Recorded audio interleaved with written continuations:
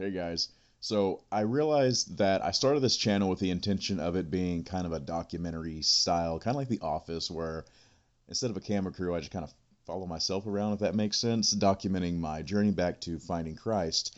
And what it really turned into was just me giving sermon after sermon, kind of a short sermon that's going to talk about what I'm going to do a big sermon about later, which is cool. It works out. But I wanted to clarify that I am in no way an actual preacher. A lot of this stuff that I'm preaching on is stuff that I'm learning for the first time as well. Things that are spoken into my heart that I feel are important to share with people. But when I come with these Bible verses and stuff, it's not stuff that I've known for years. A lot of this stuff that I'm preaching about is new to me as well.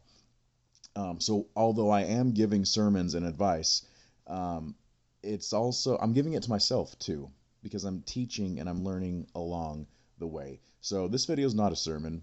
This is just kind of an update of where I'm at. I have started going to church super consistently every Sunday and Wednesday for sure. And even on some Saturdays when my friend Zach can convince me to go to the Seven-Day Adventist church with him.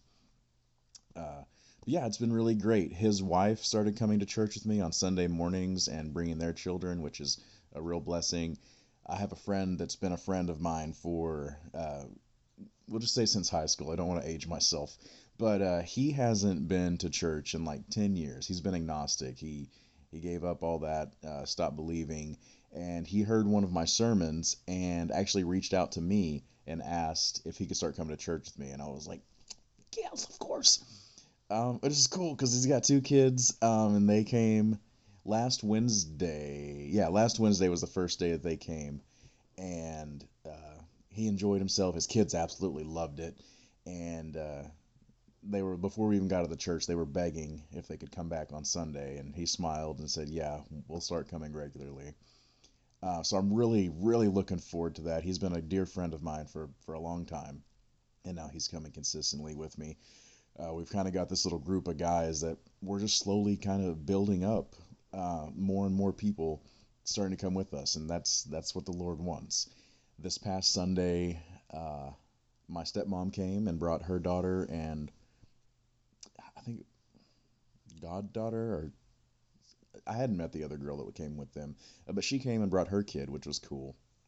And we got to sit there, and my stepmom likes to watch from home, but I think she really got really kind of started to understand that difference of watching from home as to being there in person, because she sat there and just started crying, and it was really beautiful. She wasn't sad.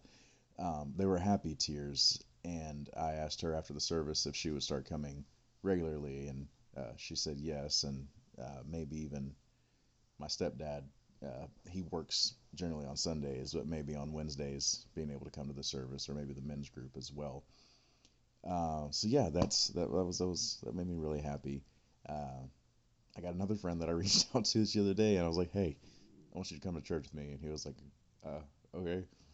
So yeah, I'm just bringing them in. It's great. I joined what's called Heart of the House at church, which um, just kind of means I get to help out with things, whatever I can around the church. So I come to church at the 10 o'clock service, and then I'll stay for about an hour after that, helping clean up, making more coffee, cleaning windows, door handles, whatever the church needs. So there's messes or spills or whatever, greeting people, walking outside with umbrellas when it's raining. They haven't let me drive the golf cart yet, and I've got a really kind of a horror story about golf carts that let me be able to do this,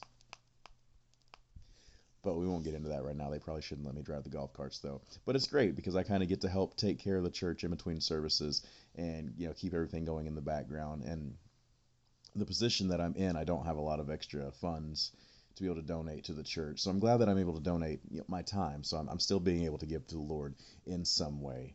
So yeah, that's my update. I've got a this last Sunday there was a specific Bible verse, Galatians 5:21, that just it got me right in the heart. That's what my next sermon is going to be about. I've been working on that, so I'm going to try to start posting on a regular basis. I'm going to try to start doing my short sermons posted on Wednesdays, and then my longer sermons posted on Sundays.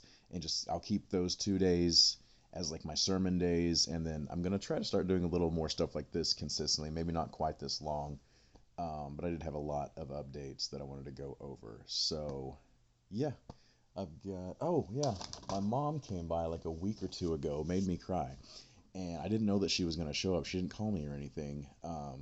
She just knocked on my door, and I was like, "Hey," because she doesn't get out a lot, and she doesn't really ever come see me.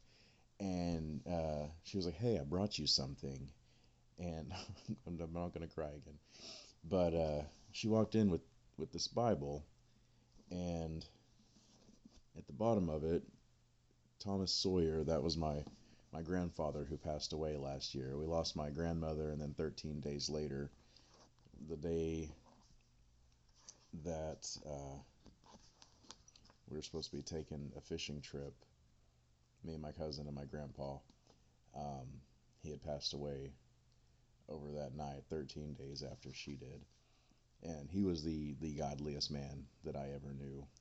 You see my button up pearl snap buttons. I think it's green, maybe. I'm colorblind, so it's hard for me to tell. It's like green or blue or something. And my suspenders that I wear, those were both his.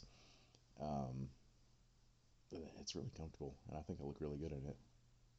But this was his Bible, and on the inside of the cover it says, uh, "Thomas, happy anniversary. I love you, Ava Lynn." Um, from January 31st, 2006.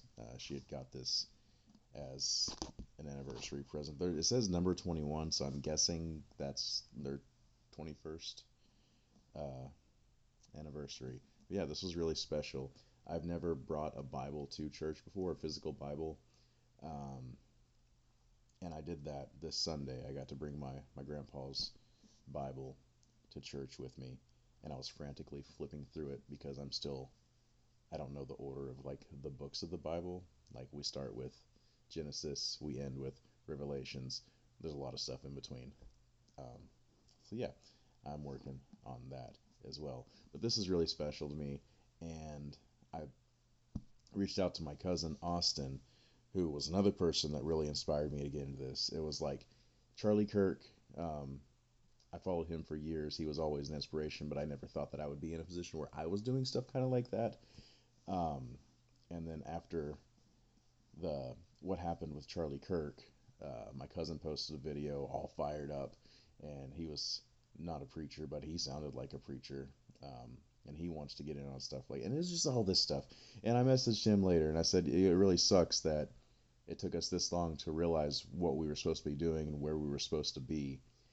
Um, and I told him, this is where our grandma and grandpa were trying to guide us towards our entire lives since we were kids.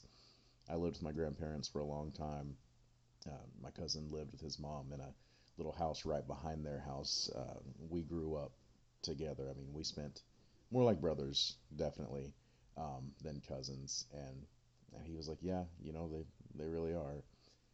And so yeah, I'm happy that I've got this Bible. I'm happy that my heart's in the right place, and I'm happy that my grandparents and God are still guiding me down this path. So I look forward to giving you guys more updates. Have a good one.